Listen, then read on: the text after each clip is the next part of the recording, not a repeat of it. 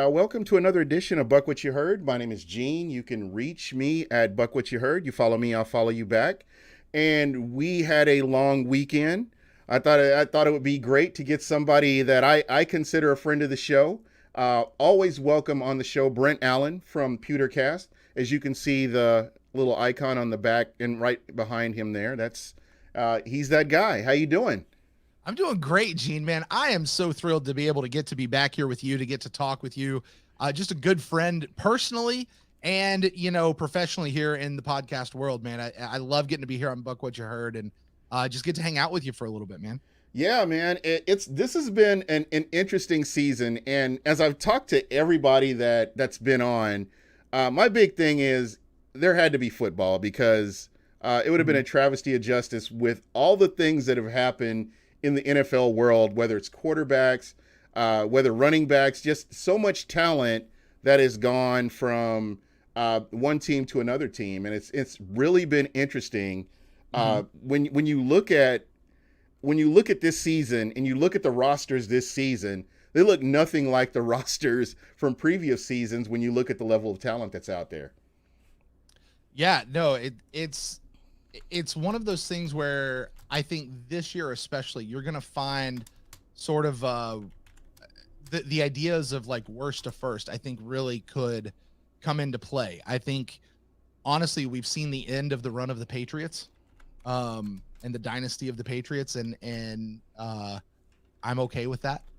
you know, I think that there are, we're gonna start seeing a flip flop, which honestly is good for the league. It is. It's not good for the league for the same team to be on top all the time, every time. Like there has to be a rotation that's just good for fandom. Yeah, for football in absolutely. general. So Absolutely. You know, the one thing that I really appreciate too is there just hasn't been that dominant team. You know, like you had the Yankees or you had Boston or some of your other different sports, Golden State, where you had continuous seasons of seeing the same people. I think it's really cool how they've really progressed the league, and you can have a team like the Rams who you would have never thought would be in the Super Bowl show up in the Super Bowl. The 49ers, another team that you would have never thought would make it to the Super Bowl, and they're there. And then you'd have like the Kansas City Chiefs, the World Championship Chiefs.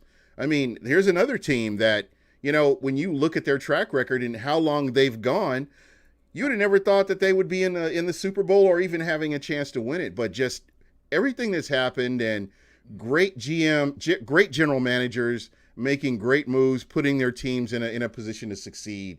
And I'm really hoping to see that from the Tampa Bay Buccaneers as well. yeah, and I'm glad you bring up the GM thing, because can I float something past you that Oh, I've absolutely. I've I've been thinking this. This is not a fully formulated thought. Okay, so maybe you can help me dice it out. But there's no secret that around Tampa Bay we have had a carousel at the head coaching position, Most definitely. and a lot of people, and probably rightly so, say that that is a big contributing factor to the number of losing seasons we've had in Tampa. Now I get it. Like once you're, if you know that somebody's not the guy, you just need to move on. I get it. Team makes bad decisions about who they hire. It's time to move on. I get it. However, when I think about the GM position and we think about Jason Light, and I'm not going to sit here and say that Jason Light is the best GM that Tampa Bay has ever had. Uh, I don't think we can say that yet. It's possible it might go that way. However, Jason Light has survived, I think, by the skin of his teeth a few times. Yeah. And he's now, what is this, his eighth year as the GM of the Tampa Bay Buccaneers? I think it's 2014. Yeah. I think he's going to 2014 do is when he came in. Yeah. Yeah. Somewhere around there. Yeah, so it was But 2014 because it was him and Lovey that came in yeah, together. yeah, 2014. And then, And then yeah. 2015, you had Jameis Winston was drafted, Uh-huh. Lovey Smith. Yeah, so it was Yeah. about. I see exactly where you're going with Right. this. But the idea of forget Tom Brady. Okay. Tom Brady and Gronk are just the last two pieces that have been here.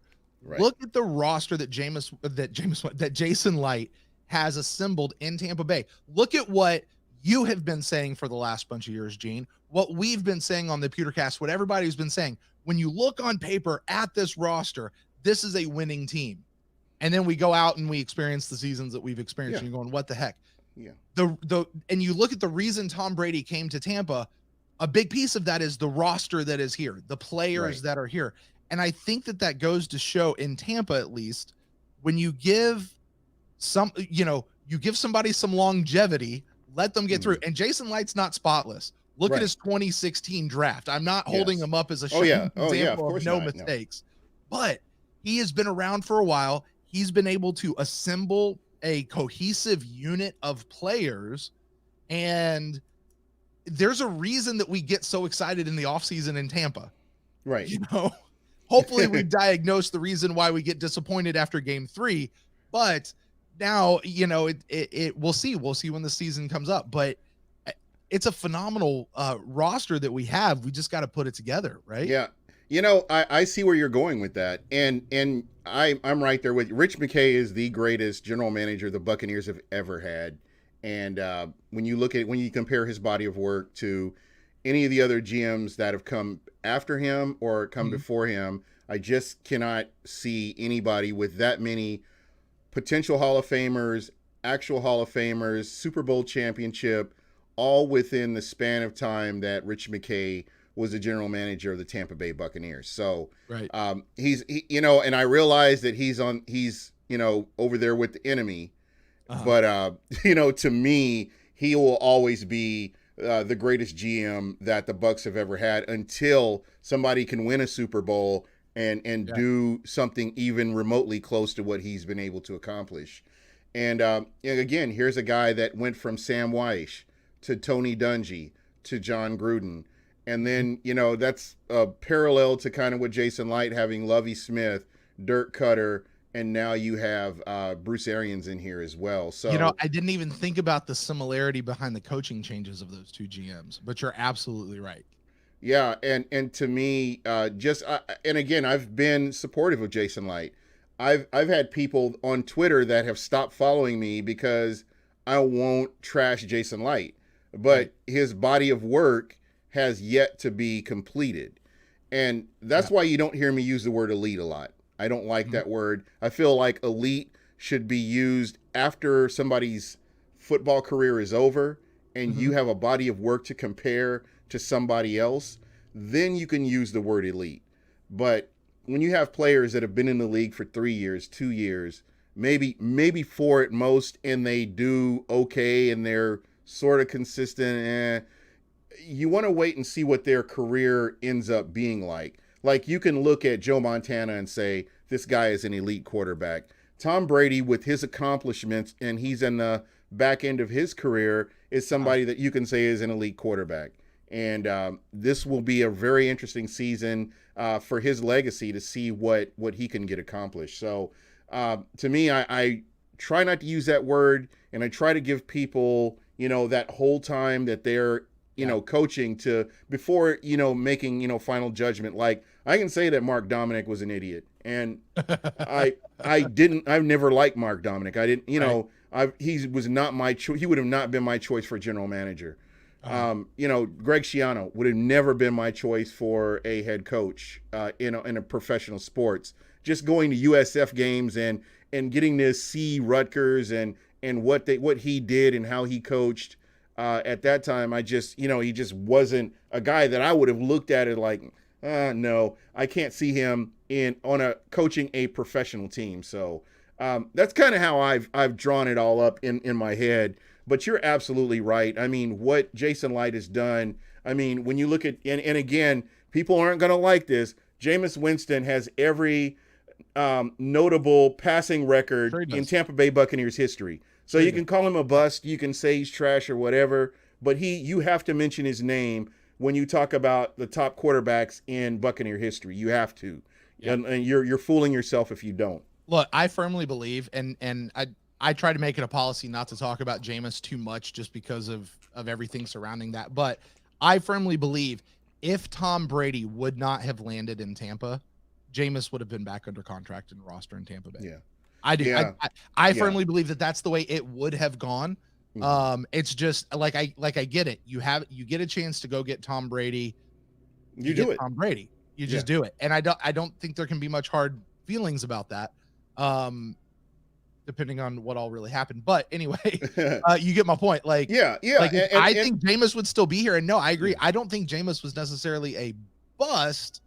We could talk about that later. Yeah, that's for another time. Yeah, I don't want to talk about that. Yeah, We've talked about Jameis to death over the last 5 exactly. And then you have Mike Evans, you have Chris Godwin. I mean, Doug Martin, when Doug Martin was at his prime, was a Buccaneer at the time that Jason Light was the general manager. Jason Light was not married to Doug Martin. He could have moved on from him.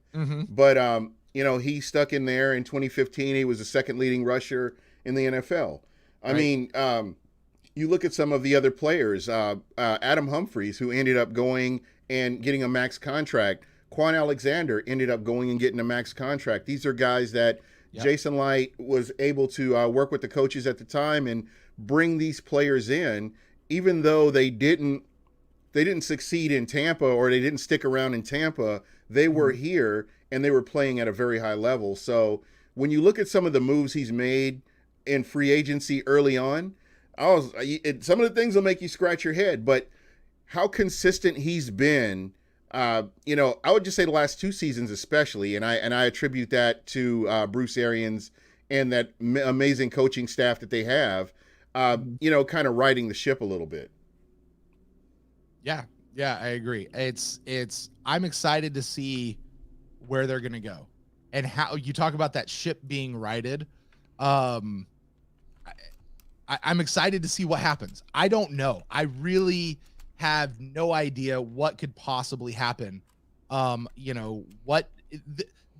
face it. The only thing that's really changed between last season and this season is the quarterback position. Yeah. Like Gronk is like icing on the cake, right? Like the only thing that truly changed was that quarterback. So is that really going to be the key?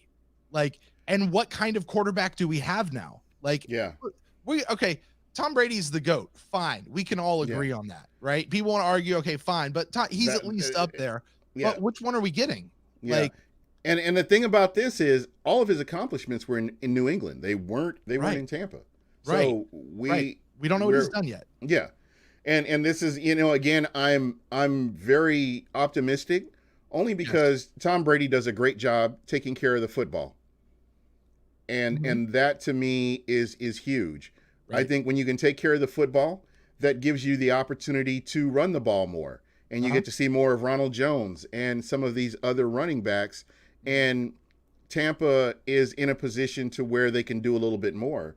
I really believe that because of the turnovers, it limited the number of times you can run the ball because of, where you were playing from behind, or you were playing on a longer field, or what happened. I really believe this gives your offense another opportunity to show more of what it's capable of doing. Yeah, no, I 100% agree. I mean, I have certainly spent my fair share of time defending the previous quarterback through all of those turnovers. And there very clearly came a spot for me where I said, I'm off the train, and it just, enough was enough. And I agree with you. I don't want somebody who can just be a game manager. I want somebody who's going to go out there and lead the troops and command things and move the ball down the field and do what we need to do, and bring some more poise, I think, to that room. I always hoped it would be Jameis. Yeah. I wanted it to be Jameis. It just I think we all did. Yeah. And so, with who we have now with Tom Brady, and what we're going to do here in Tom Brady, you're right. It's going to open up everything around us. And, we're going to see more Rojo. Maybe we'll see, who's the new guy we got? What's his name? The 3rd round guy. Whatever his name is. I forget his name. Yeah, I know I know exactly who you're talking about. Yeah, our draft pick this year, right? Yeah, that guy. Kevon. Yeah. Kevon something. I feel like I should know. Wow, bad Bucks podcaster. Yeah, this is horrible. Keyshawn Vaughn. Keyshawn Vaughn. There you go. Yeah. Keyshawn Vaughn. Yeah. But maybe we'll see more of him. We'll certainly do that. But don't forget all the weapons we have to go deep and to air the ball out. And Mike Evans, Chris Godwin, Gronk. Hopefully OJ Howard makes. I would even say argue steps onto the scene this year because, but Cam Brate is still solid as always back there. Gosh, who else do we have? The new wide receiver we just drafted, which escapes me as well. With an improved offensive line, hopefully this year. Man, I just it could be a very exciting year in Tampa Bay for sure. Yeah, Tyler Johnson's going to be really intriguing. He's somebody that I'm really looking forward to, just kind of seeing what he can do. But getting back to Ronald Jones, yeah, it's kind of disappointing when I'm on social media a lot, as you know. Sure. You see me, following certain people, and it gets frustrating to me when people are talking about pass catching abilities, and there's this myth that Ronald Jones can't catch the ball, and it blows my mind because I believe, if I'm not mistaken, he was like 75 point something percent pass catching, and that was tops out of all I'm talking wide receivers, tight ends, everybody. I mean, just his ability to hold onto the ball and make plays. And I know that his running style and just the way he catches the ball, it's not as sound as it should be, but he gets the job done. And when you look at how powerful a runner he is and speed and space, I believe, with Tom Brady at quarterback, you're talking about pre-snap reads. You're talking about looking at a defense and totally understanding what you're seeing and being able to make adjustments to make plays. And that's something that I'm really looking forward to as well. Again, this is going to give these running backs the opportunity to get the ball put in a place where they can catch it and make plays. And I believe that Ronald Jones will, with all the hard work he's been doing in the offseason, that my expectations are through the roof that this man is going to silence any critics that are out there about him.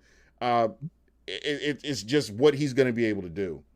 Yeah, I'm excited for Ronald Jones. I really am. I would love to see him be the guy. And you're right. We saw all the off-season work he put in last year, and it showed up on the field. Yes. Now, was Ronald Jones like the top running back in the league last year? No. But the stride that he made from year 1 to year 2 going into last year was a lot. It was great. We see him putting in that same kind of work this offseason. Yeah. So it is not beyond the realm of reason to think he's going to make another step. And again, I want to go back and even reference the improved offensive line again. Now with Tristan Wirfs, we've got Alex Kappa with another year under his belt. The center of the line was pretty strong, and I think Donovan Smith probably came off one of his best years as a Buccaneer. Hopefully that goes in, because don't forget, he's kind of getting back into a contract year again. This is his last year of guaranteed money in his contract, which, technically he still has next year if we keep him around, but we all know that that's an iffy year. He's got to perform this year to come back. So, and trust me, I don't think Donovan Smith is looking to go anywhere. He doesn't want to move unless he has to. Right. So he's going to he will bring his A game as much as he can as a player. And talking with Donovan Smith, he does that anyway. Like, it for as much as he has control over it, he does that. So, I would really, that Ronald Jones running behind that kind of an improved offensive line where he's not just, the right side wasn't even an option for him. Right. It'll be an option for him now. Yeah. Right. Well, and what's interesting to me, and maybe and again, this is something that I saw, is the Bucs weren't really committed to the run. I mean, when you look at a quarterback that throws for 5,000 yards, it just there were opportunities where they could have run the ball. When you go back and look at certain games and you break down games, there are times where I'm like, well, I would have ran the ball here, but I'm not a head coach. But I try to educate myself as much as I can about football. I'm not an NFL insider. These guys know that. I'm just a loudmouth that gets on and spouts his nonsense or whatever. But honestly, when I look at this, I just don't feel like they committed to the run like they could have. And I realize, there were times where there were turnovers that killed drives that could have involved the run a whole lot more, if that makes sense. Right. And so to me, I think you've got a quarterback that will take care of the ball more.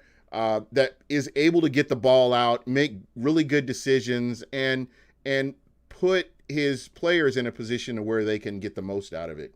Let me ask you a question about that, Gene. All right. And I know you're not in the huddle. I know Yes. you're not on the headset. Okay. But I'm going to ask you to make a guess. Okay. How much of the lack of commitment to the running game was from the play caller versus the guy in the huddle switching up the play? I would say a lot of it was the play caller You think it was the play because caller? Okay. because there were times where the Bucks were behind, and you have to throw the ball. You don't have the opportunity to run the ball because you're fighting against the clock as well as your opponent at the time, and so that's more of a game control thing when you can run the ball and control the clock and do and make plays like you want to. But just to me, what I saw was a guy that he's really made strides, 756 yards, I believe. He could have easily been over 1,000 yards, easily. Yeah. And I do not doubt that one bit. But I think he made the most of his opportunities to get on the field. And I can tell you right now, I know this isn't the Ronald Jones show, but I can tell you right now, I have high expectations that he will be over 1,000 yards. I would say maybe 1,500 all-purpose, and that's my hot take for tonight. I don't think it's a hot take because, quite honestly, to get 1,000 yards is like 68 yards a game.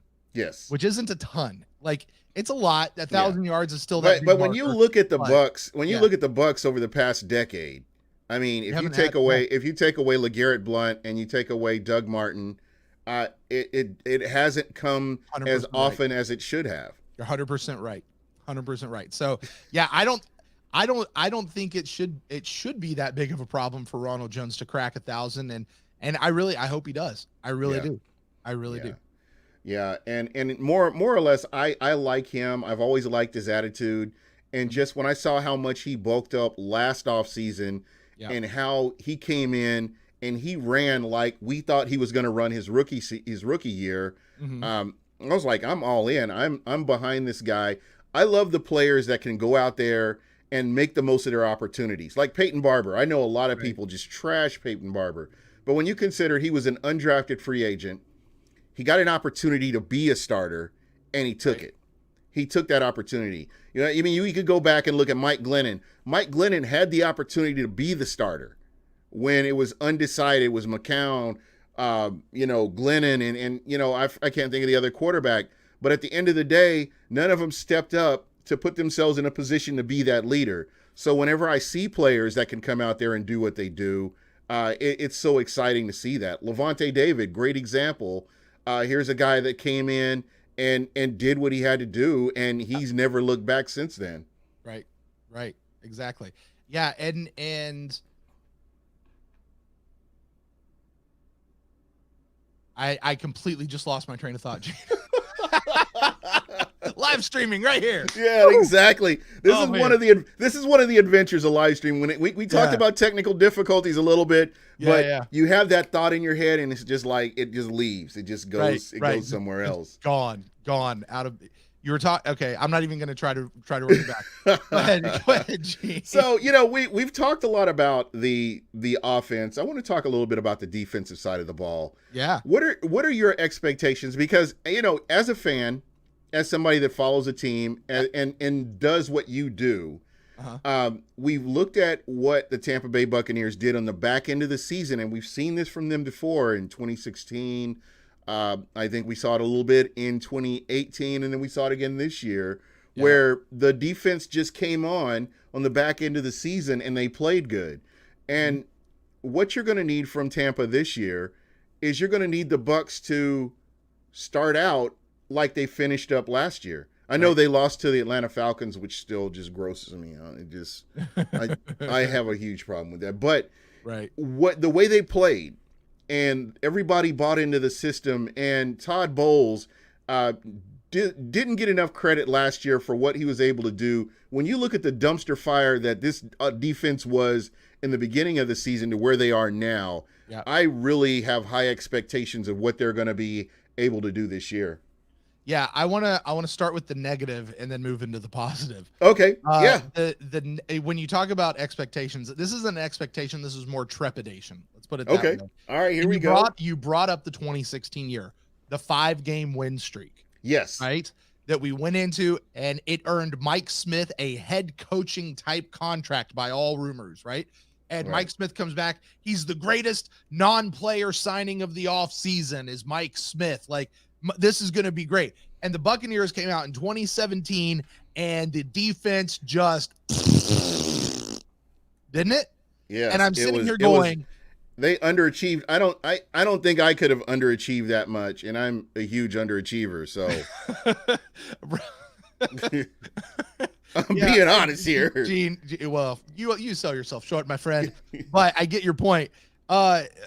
So the team comes on, they turn it on in the last half of the season, and Todd Bowles looks great. Todd Bowles looks amazing. These players look amazing, and you're right. What we need to see from them is that they pick up where they left off. And what I'm watching for game one, and I mean game one, Mm-hmm. are they picking up where they left off? Because here's what they have going for them. I think they can do it. I really do. Here's the positive side. I think they can do it. They've got they've got almost every single player coming back. This roster on defense has not changed. You could say we've even upgraded with the safety that we just drafted, right? Yeah, Winfield. Thank you so much for having that there. Yeah. But with the safety, which by the way, the more I watch him, the more excited I am for him. And I ain't even worried about other people who aren't playing and haven't played in a couple years on the safety position. So I'm super excited. Levante David, I think, is going to come out on fire this year. Yes. Devin White, I think, is going to take a huge monster step forward this year. And he was monster last year. Vita Vea is going to continue to beast. We've got JPP. We got Shaq Barrett. You know, Shaq Barrett's going to go into this. If he doesn't get this contract signed before the season, he's in another contract year, and he is going to be playing lights out. Yes. And I think that this team has the ability. And I don't think Todd Bowles is Mike Smith, by the way. No, You know not even These close. Two different types of coaches, and Totally and different hand animals. over fist. I think Todd Bowles is going to be better than Mike Smith was, and so I believe that this defense is going to come back out and pick up right where they left off. And let's talk about my favorite player from the defense last year, Mr. Jamal Adams. Talk about a guy who didn't get an opportunity early, came in, made the most of it, for some inexplicable reason, sat the next game, and then all of a sudden they brought him back out. And if you go and look at Jamal Adams, he is one of the top 3 rated players in almost every category for a cornerback out of last year for the games that he played. Jamal Adams, not Jamal Adams, I'm sorry. Jamel Dean. Jamel Dean. Jamel Dean. Okay. I'm talking about Jamel Dean. I'm sorry. Jamel Dean. You look at Jamel Dean, our guy from last year. We can talk about Jamal Adams here in a minute. If you want. But Jamel Dean is a beast. Sean Murphy Bunting came on like a beast. Carlton Davis, I am excited to see where he can go. I've always kind of thought he was going to wind up being a sort of mid-range kind of guy, but who knows? Who knows? I am super, super excited to see what can happen with this defense coming up here in this next year. I think it'll be fun to watch. Yeah, I'm right there with you. For me, I like you. Devin White is one of the guys that I'm really looking forward to seeing. When you consider that he had an injury, I really would love to have known what he would have been capable of doing, being healthy from the beginning of the season till whenever.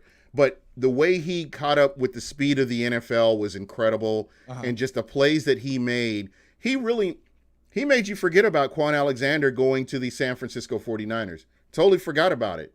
It didn't come up until I watched the Super Bowl. And I was, okay. So, again, this guy, just the moves that, that Jason Light was able to make, replacing a Quan Alexander, getting a younger player who's pretty good in coverage, as a matter of fact, for his position. Again, I think there have just been upgrades. Every offseason you see upgrades. Shaq Barrett was a huge steal, bringing him in and just being able to get him back again. Yeah. you have Shaq Barrett, and then you have JPP, Mister Inhuman himself, the man who had this injury and Right. came back from the injury and played at a high level for Yeah. from October to the end of the season. That was incredible within itself. And Yeah. this guy is motivated to come out there and break that sack record and go out there and get after the quarterback. Mhm. You talked about Vita Vea. I think my friends over at Real Bucks Talk, they did a film breakdown on Vita Vea, and it's just incredible when you can isolate what he's capable of doing, running down running backs, running down tight ends, Yeah. just eating up blocks. I mean, Uh-huh. just Scoring he was touchdowns. yes. This move Yeah. and have it divided the draft of Vita Vea divided the Yeah. Buccaneers nation. And I tell you what, when you look at what he's done and for his position and how many holes he's filled with stopping the run where the Bucks have had issues stopping the run over the years, being athletic enough to eat up blocks and give your edge rushers a chance to do more. Just what he's been doing in his time as a Buccaneer in a professional career, it's incredible. And we only hope that he'll continue to stay healthy and continue to get better. I mean, that's what I'm looking forward to. Yeah, Vita Vea, man, is a guy that the number of times that I saw him, I swear, Gene, he would hit the center, pick the center up, walk him back, and set Yes. him into the lap of the quarterback. Yeah. And I'm not exaggerating when I say that. Like, that is exactly what he did. I know Matt Ryan hates Vita Vea. I can tell you that right now. It is, and I've heard from like other people interviewing like on other teams when they talk about like, hey, who's the strongest player you play against, who's whatever. Vita Vea is the guy, like his name is getting around the league, which is good for him because possibly that might lead to a Pro Bowl. I don't know how that works, but as your name and reputation spreads like that, and Vita Vea just, I mean, doesn't he just strike you as the most unassuming guy? Yeah, very humble. You know what I mean? And yeah. if this guy like I think he is only just beginning. Yeah. You know what I mean? Like when he shakes off some of that rookie baby, maybe that carried over into a sophomore season, he starts shaking some of that off. I mean, with what he's already been doing to what he could be then. I mean, Gene, this guy is gonna be something else for a long time. He's come so close to getting home. There have been plays. There have been plays, and I've been watching, and I'm like, he is this close to getting home to that quarterback, and he's a nose tackle, and you're not expecting that, but what he's been able to do is just nothing short of incredible. And playing alongside Ndamukong Suh, I love Ndamukong Suh. I love his attitude. Yeah. I love his mentality when it comes to going after the quarterback. And he was a guy I was so excited. I think I was more excited than most, to see him coming to the Tampa Bay Buccaneers because I love his game. I've always loved his game. I know he plays past the whistle at times, but he's one of those guys. I love his game, and I'm glad he's here. I tell you, I wasn't. I was on the other side of that for me, Gene. When they first said Ndamukong Suh's coming, I went, oh boy. Here comes, because all I really knew out of Ndamukong Suh was the reputation that he had. Yeah. And I was like, I don't want that on my team. And I got to tell you, from, quite frankly, the reputation he earned, the reputation he had was from years ago. It's not from anything recent, not just with the Buccaneers, but whatever team he was on, the Dolphins, I think it was the year before. Yeah. And whoever it was before, like he didn't have any of those issues then. This is a man who has come up. He has matured. He plays the game about as good as anybody else does at his position. Yeah. And he does it with an air of professionalism. He is, I love his attitude. All the reports of what Ndamukong Suh brought to the locker room this past year it completely flipped me on this guy. I am excited to have him back in Tampa, and I was so glad that we got him back for another year. By the way, congratulations to Ndamukong Suh for your recent getting married. You and your wife, I think Christy is her name. I could be wrong. But congratulations to you two. You guys deserve it, and we can't wait to see you guys back in the fall for sure. Yeah, most definitely, man. That's, again, he's one of those players that you love having him back. And then you consider, I mean, just look at that front line. You've got Shaq Barrett, you've got Vita Vea. Will Golson is an underrated player in the NFL. Will Golson and what he's done, quietly going in there, being that run stopper. When I hear about some of the moves that have been made and teams working on their running backs, and what I've seen the Tampa Bay Buccaneers do against the run, I mean, when you can shut down a Christian McCaffrey, when you can hold who's the running back for the Tennessee Titans? Derrick Henry. Derrick Henry held him to 75 yards rushing. Yeah. And these are the things that I'm talking about. These are the things that the Bucs were missing in seasons past, being able to do little things like that. And a little thing is actually a big thing because they were not able to do it. So it's actually a big thing. So just being able to see that, that gives me hope. That makes me excited. Some of these players have been nicked up with injuries. I'm sorry. Hey, Gene, if I could jump in. I mean, not to undersell that anymore, but I mean, put those pieces together. We get the upfront that shuts down the run, forces the other team to have to throw the ball more, right? Well, all of a sudden, we've got this big secondary back there, which puts up a no-fly zone, right? And so you get a upfront that forces them to throw the ball. You get the back end that makes them not even be able to complete a pass. I mean, that's the kind of defense that we want to see, right? Like that's the dream. That's the pie in the sky. We're going undefeated and nobody's scoring on us. That's how it's going to work this year, Gene. You heard it here first. And think about this little, when we're talking about little things, the tackling, the sure tackling that we saw last year. I mean, especially on the back end of the season, I was astonished. I was like, wow. Yeah, when was the last time you saw good tackling in Tampa Bay? And I'm not talking about hits. I'm talking about wrapping up and, just your textbook. It's crazy. And that's why I say my expectations are so high, because that's what I want to see out of these players. I want to see that sound play, playing in your position, not trying to worry about what somebody else is doing, but trusting the players around you and having that communication that we saw. It was kind of limited in the beginning of the season, but as the season wore on, it really picked up. And to me, and I've said this for years, Game 6, Game 7, and so on is really going to give you a true idea of where the Tampa Bay Buccaneers are. So I'm really looking forward to that. Yeah, for the last couple of years, I've said that people ask me, like, well, what do you think about this team and how's it going to be? I'm like, ask me after Game 6. That's what I need. I need, we can all get hyped during the offseason. We can see what they're doing during training camp. We got to see what's happening, what they're putting actually out on the field when it counts. You're right. You're right. And I think a big thing, because you can see teams that come out hot and when they're 5-0, and then they end up just blowing everything and end up winning only 6 games a season or 7 games or something like that. Right. So you get a good idea.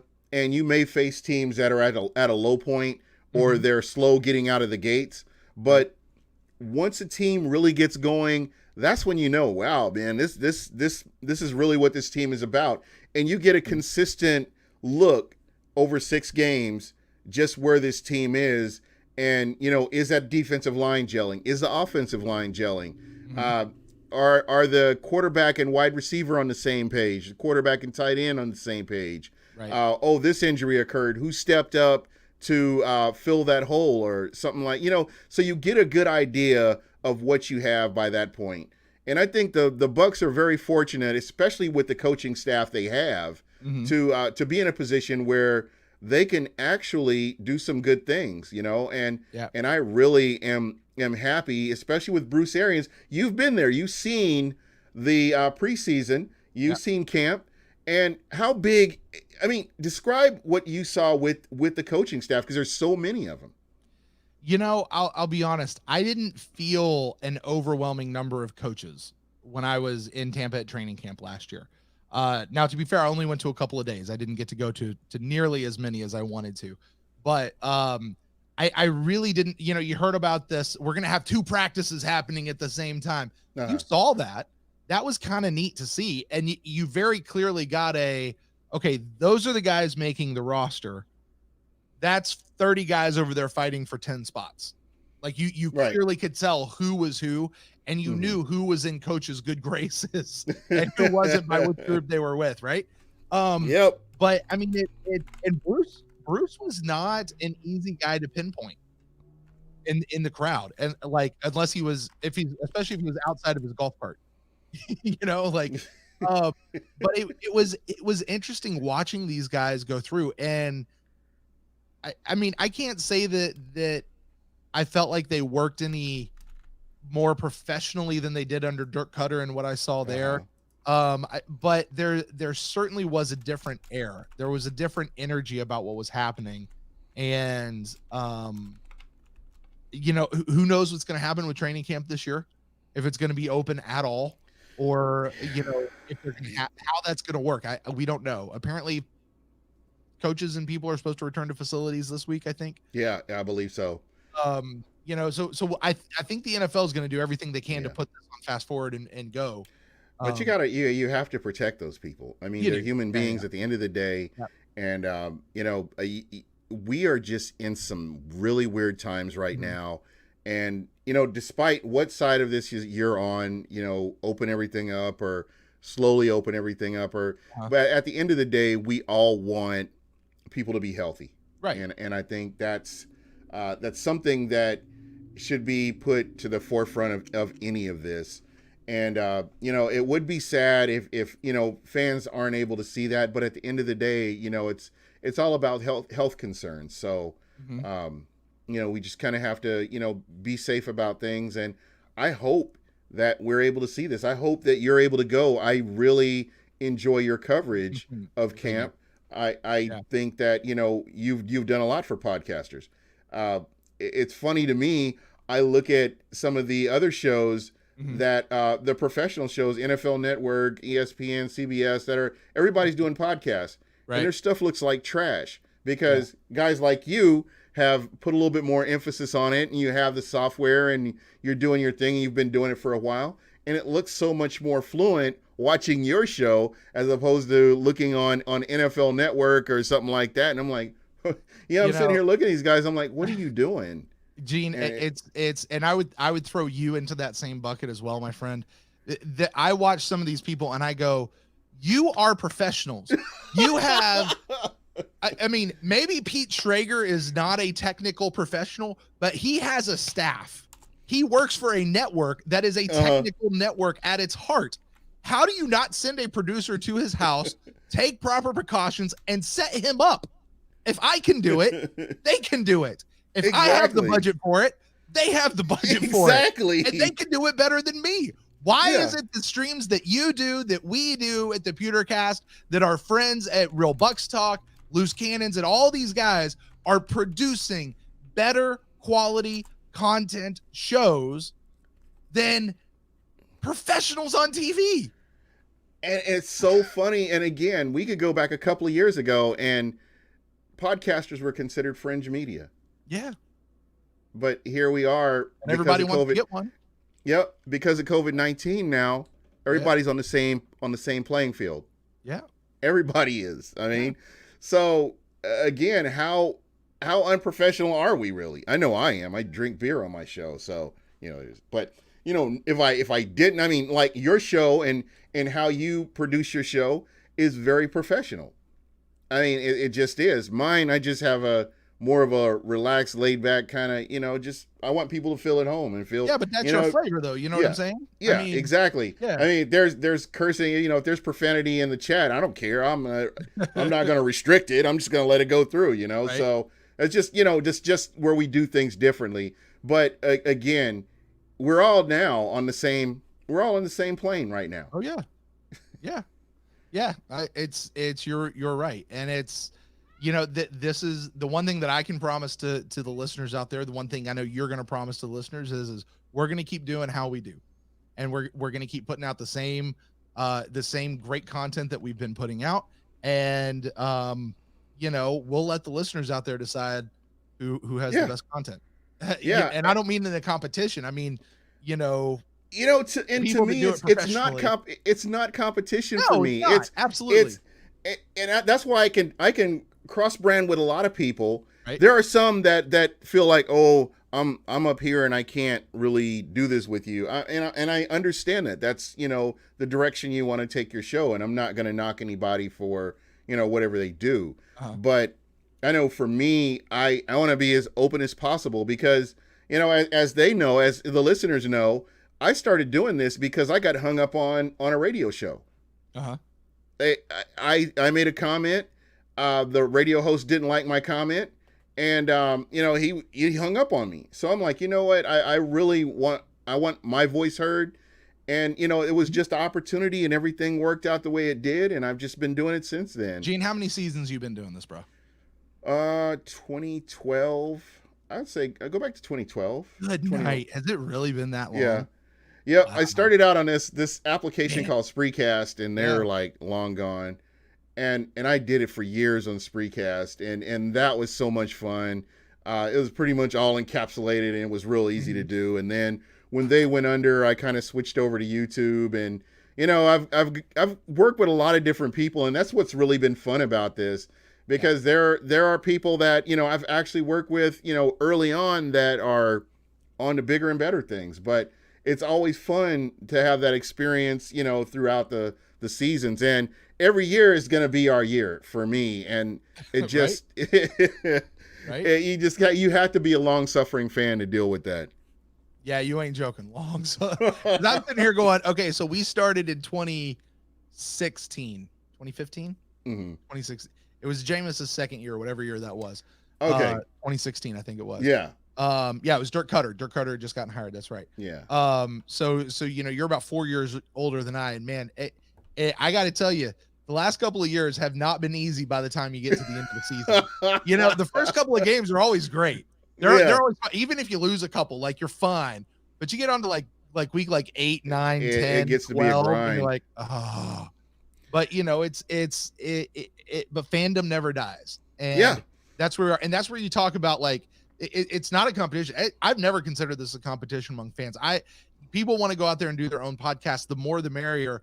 And I always say when one of us wins, we all win, because it just does it elevates the whole game, for what we're doing out there. And I would love to see the Bucks have 100 podcasts. That would be so cool to just.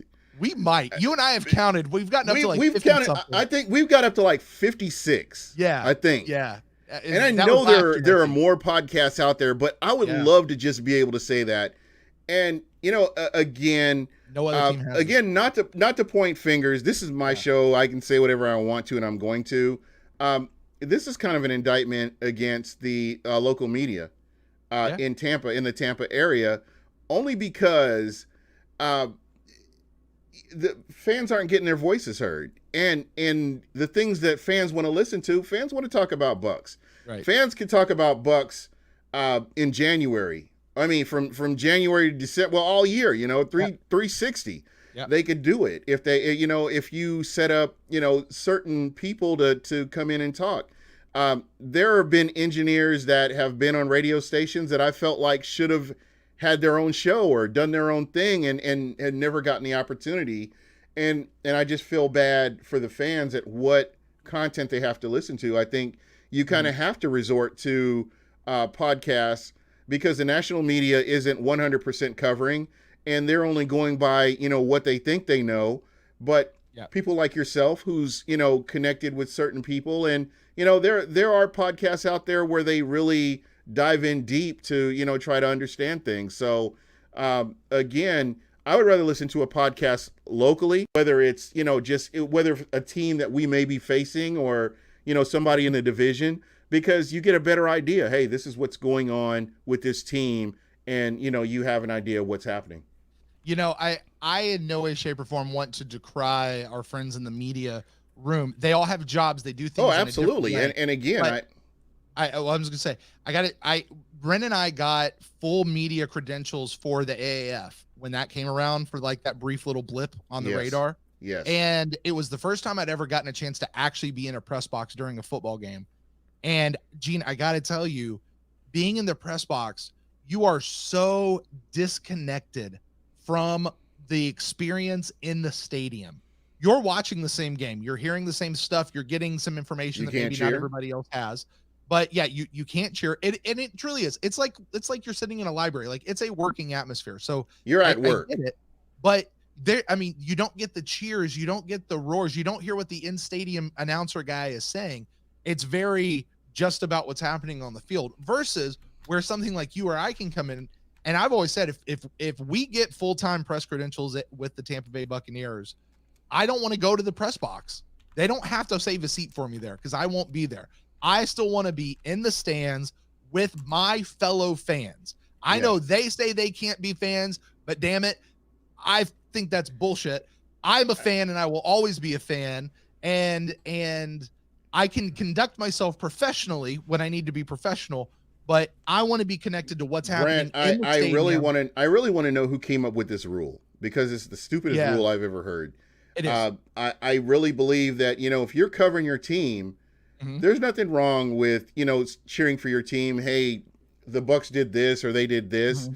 You don't have to tear the team down, or you can call it across the line, but it's just sounds so much more. I don't know. I'm more dialed in listening to somebody that's a fan. Yeah. I'm more dialed into somebody who's got emotions and we lost, we should have done this, or we didn't do this. And that's why I think I was as happy for you as you guys were happy about getting credentialed to go to camp. That first time you guys went to camp, right? I was right there with you. I felt like I was right there with you when I was seeing the pictures. I was hearing the firsthand experiences. And these are things that you really don't really get that you guys were able to experience for us listeners. So that's why, I was excited for you. I want to see you guys get more out of this and be able to have that working relationship, because we get to experience that through you as a fan base, not as a broadcaster or a journalist. Yeah. And look, here's the thing. This is, I'll reveal it right here on Buck What You Heard, and this might do whatever. You want to know how you get media credentials with stuff is you have to have the influence. You got to have the people. The PR department, I don't want to speak for them, but my experience leads me to believe, let me preface it that way, that if you have the reach, you have the pull, they don't care if you're a fan or not a fan or a journalist. They'll credential whoever has the reach, and that's their job, is to guard those things. Now, think of the people that are our local media. Be honest with me, Gene. Can't you kind of tell who really is a fan, like a fan at heart, even though they can't be a fan? Yes, absolutely. You're still a fan at heart. You know who those people are. I don't have to name them. I know who you are. Exactly. And, and then there's other people who truly couldn't care less what happens with the team. They're there to report. And those people are quite obvious as well, too. Both have a place.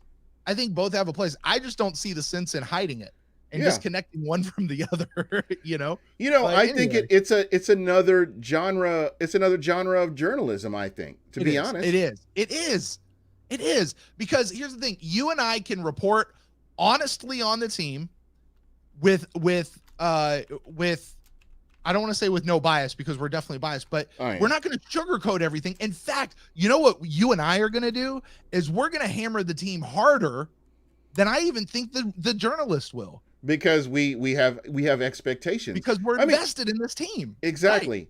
Right. And like the listeners right now, if this team did not make it to the playoffs, would you be truly upset? Of course you would.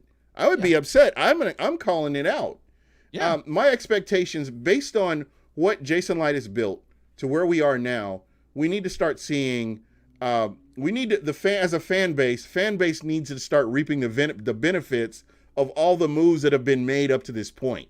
There needs to start being something to show for all these things that we have endured, all the underachieving, all the almost getting there and not making it. That's all out the window. We have to get to the playoffs. It's imperative that they do. No, I will. And I'll never forget something that a person who shall not be named once said to me, that they said, remember that year we went 9-7 and we damn near threw the team a parade for going 9-7. But that was like, we didn't have a losing season. Yeah. And that was it. Like, they went 9-7. They didn't make a run on the league. They just went 9-7. But I think that's where, as fans really, Yeah. you need to change your mindset, because it's like we need to be talking about the playoffs. I'm not talking about 8-8. I'm not talking about a 9-win season. I'm talking about the Bucks going to the playoffs. When the season is over, I do not want to talk about who we're drafting. I want to talk about who we're playing first in the playoffs, whether it's a wild card or whatever, a first round bye or whatever it is. That's what I want to talk about. I don't even want to be thinking about the draft. I want to be thinking about postseason football. And that's where everybody's mind needs to be right now. I'm with you. And I know we say this every year, Gene, but this year has far and away the best chance that we've had, at least I know since I've been covering this team. Yeah. And you would almost have to go back to that fluke in 2010. Prior to that, no, you're absolutely right. And again, no excuses. This has to happen. Yeah. I just cannot see any other way around this. Yeah. And I'll be honest with you, I'm not satisfied with playoffs.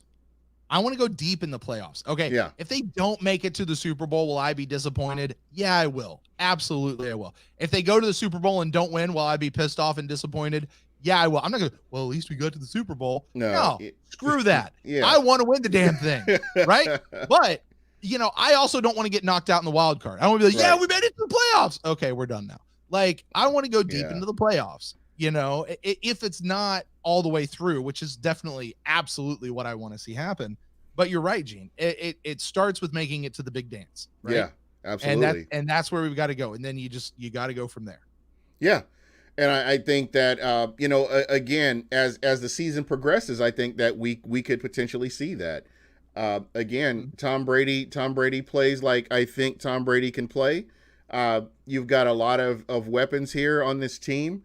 The one thing that, I've got my fingers crossed about is, just avoiding injuries at bad times of the season. I know it's going to occur. We all know it's going to occur. It's just how does this team bounce back from that? And, you're really going to show the character of this team with some of the games in the middle and towards the back end of the season. But I think the middle is that huge grind between October and November. So those are games that the Bucks are going to have to win some of these games. It's just in order to get to the playoffs, that's one of the key parts of it right there, is winning some of those games in the middle of the season. Well, and this may wrap back around to where we kind of started this, talking about the roster with their GM, but this team is also built to be able to weather a couple of injuries, even some at key positions. Now, I'm not saying that everybody is deep. I'm not saying, if our quarterback goes down, this isn't Jimmy Garoppolo coming in for 4 games. Like, just let's get through the season at that point, right? I will be going to the liquor store a lot if that happens. I mean, we lose a wide receiver, maybe 2. Like, it's not going to be the end of the world. We have a linebacker go down. We've still got some good depth there. We look at our secondary. You saw what Kevin Minter did. Yeah, Kevin Minter stepped in and did great when Devin White went out last year. Yes, absolutely. So, our defensive line may not be as deep as it was last year, but it's still got some depth to it. Offensive line, okay, let's not get anybody injured there. But there's some depth across this team, which I think goes to speak to the roster and how it's been built. When you let somebody have their hands on it for a lengthy amount of time and you don't just change them like underwear. Exactly. And I think what's really great about this is how they've kept the core players. You have your head coach coming back. I mean, that's always a plus. And I think that a lot of these rookies that have come in, you'll be able to plug them in and they'll be able to contribute, very quickly, and they'll be able to get up to speed. So, just these last 2 drafts have really made me excited each year just because of what they've been able to do. And I think the one thing that really hurts the most is, being behind. With this COVID-19 again, we missed OTAs, you missed mini camps, and just so many different things that have been missed because of this virus. But hopefully, everybody can stay healthy, and even that one wild card X factor is COVID itself. Just making sure that players are safe and their families are safe. So again, so many different things can happen, but I really believe this is going to be a good year for the Tampa Bay Buccaneers, and they will be on the national stage a lot. So that's going to be huge as well. Hey, let me ask you, do you think, with COVID and all that kind of stuff, if the league decides to play without fans in the stadiums, is that going to, how is that going to affect the game? Do you think it's really going to affect them that much? I don't know. As far as kickers, probably not, because there's not going to be crowd noise to mess them up. They don't have any excuses now. Wind. It was the wind. Yeah, it was too quiet, so I missed that kick. Right. I don't know, man. It'll be different. I think it'll definitely be different. And what are they talking about? Piping in crowd noise or something like that? Oh dear, no. Don't, guys, just go play the game. Yeah, that's what I'm saying. And see, I don't think it's going to affect it that much. I don't think it's going to affect the play on the field that much. Now, sure, everybody gets out there. They're a performer. You feed off the energy of the crowd, and you're going to miss that. But when it comes down to just playing the game, like, this is different than wrestling, where wrestling is so interactive with the crowd and depends on the crowd to get moving, right? Like, you see these guys like hollering out to the crowd and nobody's there.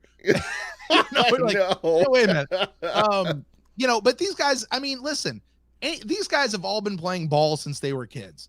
They know what it is to go out there and play without an audience, to play street ball or to play, sandlot type ball. They know they can go. They do this most of the time anyway when they're practicing without an audience. I think this will be the game will be fine even if people aren't there. I hope to be there. I've got my tickets. I'm ready to roll. I've paid them off. Yeah. And again, when, I don't know how travel's going to be right now. There's so many unknowns, and, shout out to, anybody else that's listening that has a team that was supposed to play overseas.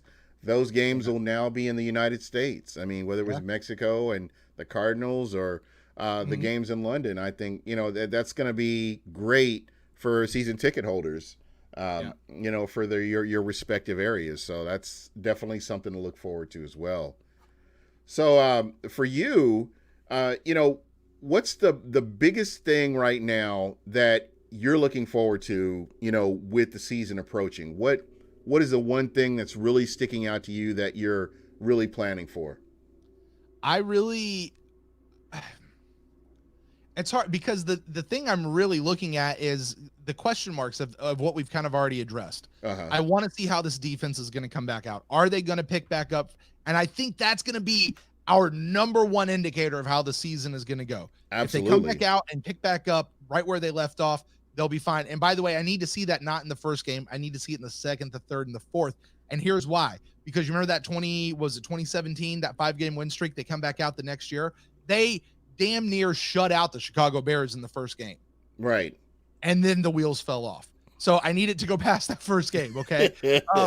But I want to see the defense come out. I'm excited to see the return of Jamel Dean. Yes. I'm saying it right this time. Jamel Dean and Sean Murphy-Bunting, Carlton Davis. I'm excited to see that group back there and perform.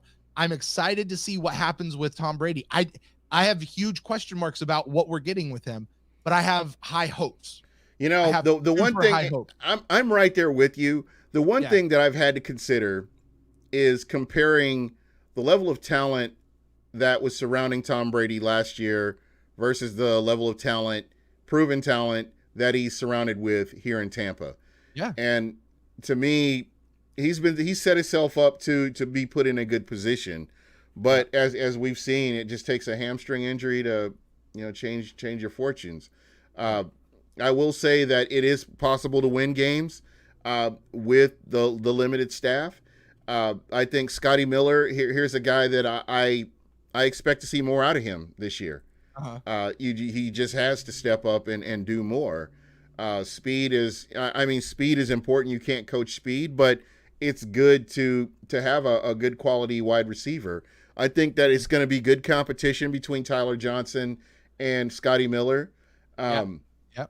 I would like to get you on again, later on when we get closer to roster moves, because I'm Uh-huh. really curious to see your thoughts on who's going to be on the bubble. Who do you think is looking on the outside looking in, like a Justin Watson, for instance? Yeah. Here's a player that I don't think he really did himself a lot of favors last year. No, he Uh, didn't. just when the game is on the line, and then your number gets called and you're not answering the bell, that's kind of a indicator right there. So that And he's not a huge special. I mean, he contributes on special teams, but he's not like a stud on special teams either. yeah. And that's a big consideration when you get to that part of the depth chart. Yeah, absolutely. That's another thing to really think about. And then, to me, when I look at, you look at the safety position, and you talked about it a little bit, where you got Andrew Adams, you got Mike Edwards, Justin Evans, Dakota Dixon. Some of these guys were injured, and they're coming back, and they're trying to get an opportunity to get out there and play. Jordan Whitehead is another player. Yeah. Just there are so many players out there. We want to get a chance to see what they're capable of doing. I really believe that Tampa does have the depth in the secondary to be okay. And again, it just comes down to being comfortable and covering like you should. And I think that this team will be just fine, because the defensive line, I love the depth in the defensive line. You've got players that are also coming back from injury. So that's just another position to really look at as well. So again, so much to be excited about. Yeah, no, I agree. And I think it all just sets back to go. It's what Gene, this is what we keep saying every single year. There is no reason why this team should be sitting at home come January. None. I totally agree. None. But for the last bunch of years, that's exactly what's happened. Yeah. So, yeah. but there's no reason. There's zero reason why this team, with maybe the exception of injuries.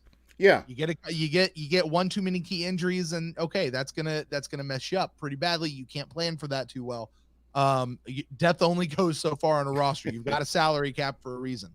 So, it that's the one thing out there. But as far as talent of players, talent of coaching staff, the system that they have, being able to bring people in, something I love hearing Tom Brady taking the guys out to go throw with them. And the report that you hear from them is Tom Brady is the guy who's asking, what do you guys call this? Okay, what do you call this? Yeah, there's just no ego there. That's right. He's learning what they do. This isn't remember all those discussions about, oh, well, is it going to be Bruce Arians' system or is it going to be Tom Brady's system? Who is it that we're going to come? Like, come on, guys. This is Tom Brady coming into Tampa. He's not changing everything. Yeah. This is going to be Bruce's deal, right? It's Bruce and Byron Leftwich. It's going to be them. And Brady is professional enough to come in and make it happen. And you know what I like about Brady this year is you talk about this, the roster around him, the cast of characters around him versus New England. I immediately start thinking of a guy like Peyton Manning. Yeah. Who he goes to Denver, let's face it, when they won the Super Bowl, they went to the Super Bowl and then they went back and won it, and Peyton retired. You can't say that was because of Peyton. Like I hate to say it, like Peyton. Do you remember watching Peyton in that Super Bowl? It was painful to watch. It looked like Weekend at Bernie's, didn't it? Yeah. Like they had him propped up.